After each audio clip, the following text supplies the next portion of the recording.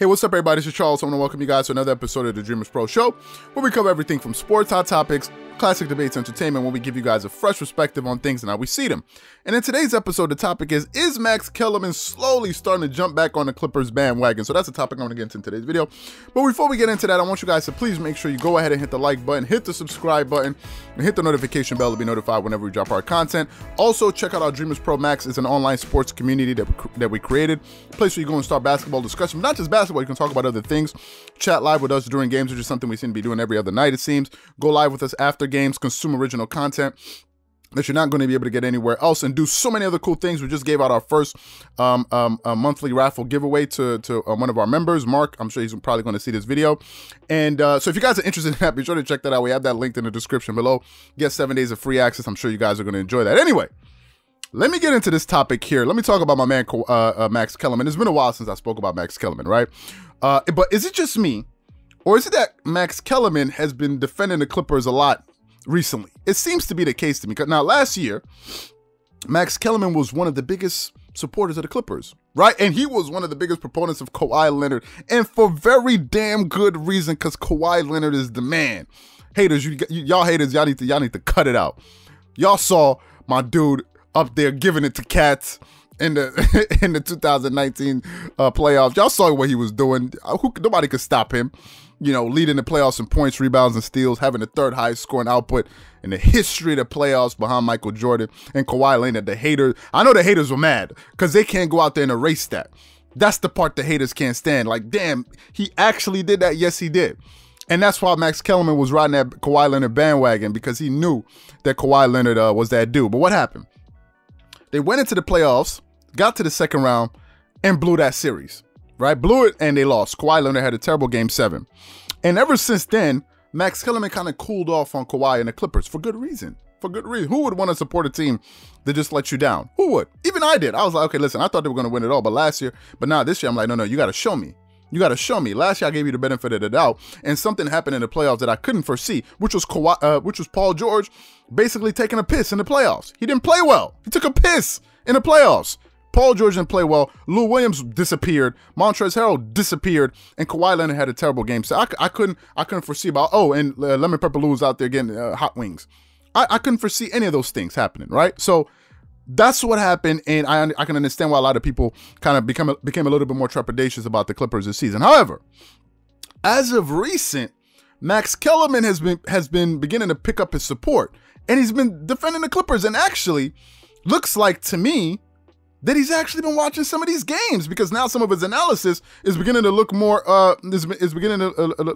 thoughtful, right? So before I go too far, take a listen to Max Kellerman talking about who he believes is the biggest threat to the Lakers in the Western Conference. Take a listen to this soundbite of Max Kellerman basically explaining why he believes that the Clippers are that reason. Clippers. Okay. The Los Angeles Clippers are the biggest threat to the Lakers. Because? You made the argument the other day, Rondo. I said it would be a marginal improvement, but that marginal improvement can be profound in the playoffs. They went to a Game 7 that they were up 3-1 against the Denver team I just told you about, and it took an historically bad game by Paul George and Kawhi Leonard in order for Denver to squeak by. Now they have the floor general on this team. When you look at how deep the Clippers go, they got 11 dudes, 11, who can really play. They have guys not just like, okay, Kawhi and Paul George, not just like Rondo, but Batum and Ibaka and Zubac and Reggie Jackson and 3 or 4 guys I'm not even thinking about right now. They are legitimately 11 deep. Your boy Luke Kennard, I know you didn't love that sham for Kennard. Kennard's shooting almost 50% from 3. I don't care. I don't 50. care. I don't care. You got to shoot more then. Now, in that soundbite, you can clearly hear Max Kellerman, first of all, talking about the Clippers roster. Like, he knows that these guys can go 11 deep. I've been saying this. Clippers are a very deep team. Now, one may argue the Brooklyn Nets are probably the deepest team in the NBA. One could make that point. There's some other teams. I don't pay attention to all of the teams in the NBA. Obviously, nobody does. But I know there's some pretty deep teams out there. But the Clippers are pretty deep, right? If when healthy, Clippers have one of the deepest rosters in the NBA. Excuse me, I just had coffee. Yeah, now let's get into some of their players. You have Kawhi Leonard, Paul George, Patrick Beverley, Nicholas Batum, Marcus Morris Sr., You got Serge Ibaka. You got Terrence Mann. You got Reggie Jackson. You got Rajon Rondo. You got Ivica Zubac. You got Luke Kennard. There's 11 guys. There's 11 guys, right? And a lot of those guys that I just mentioned to you are shooting above 40% from the three or close to. Like a lot of those dudes, right? So they're a very, very, very deep team. And obviously, Stephen A. Smith feels differently. Now, Max Kellerman as well has been one of the few people that has been holding Paul George's feet to the fire and saying, listen, the Clippers flamed out last year because Kawhi Leonard had a bad Game 7, but let's just be honest, Paul George was not Paul George. He's been one of the few people that has been saying it, and he's also said that if Paul George goes into the playoffs again this year, he doesn't play well, and Kawhi Leonard balls out, you're not going to put that on Kawhi Leonard. I'm sorry. Go look at their numbers last season in the playoffs. Kawhi Leonard's numbers went up. Paul George's numbers that were already down went even lower, and other players disappeared. Max Kellerman has been making that point, and Stephen A. Smith is out there. I don't know. Stephen A. Smith had some type of personal vendetta against Kawhi Leonard. He's been saying, no matter what happens, if Paul George doesn't show up, if Paul George forgets to put on one of his sneakers, it's still going to be Kawhi Leonard's fault. We still got to look at Kawhi Leonard and say, but I thought you was that dude. If you're not that dude, you got to show up. You got, like as if basketball is a 5-on-1 sport. What are you talking about? You need more than one player to play. Like, what are you talking about? Jordan, as great as he is, he was having incredible series against the Boston Celtics. Remember early in his career, Bird, these guys, he couldn't stop them. He couldn't beat them because he was a one-man show. LeBron, in the Eastern Conference, many times he wasn't good enough. He didn't have enough support to get to the NBA Finals. His team wasn't good enough. He was balling, but his team wasn't good enough, right? He went to Miami. Things changed. You need great players, but also you need players to step up in key moments in the playoffs. You're not going to do it on your own. This is not like golf or something like this. And Stephen A. Smith is the only one that seems to be, trumpeting, and Shannon Sharpe, of course. But Shannon Sharpe, y'all know, like Shannon Sharpe, I don't take Shannon Sharpe seriously at all when it comes to basketball. At all. Like, literally, I don't take Shannon Sharpe seriously because all roads end up in the same spot with Shannon Sharpe.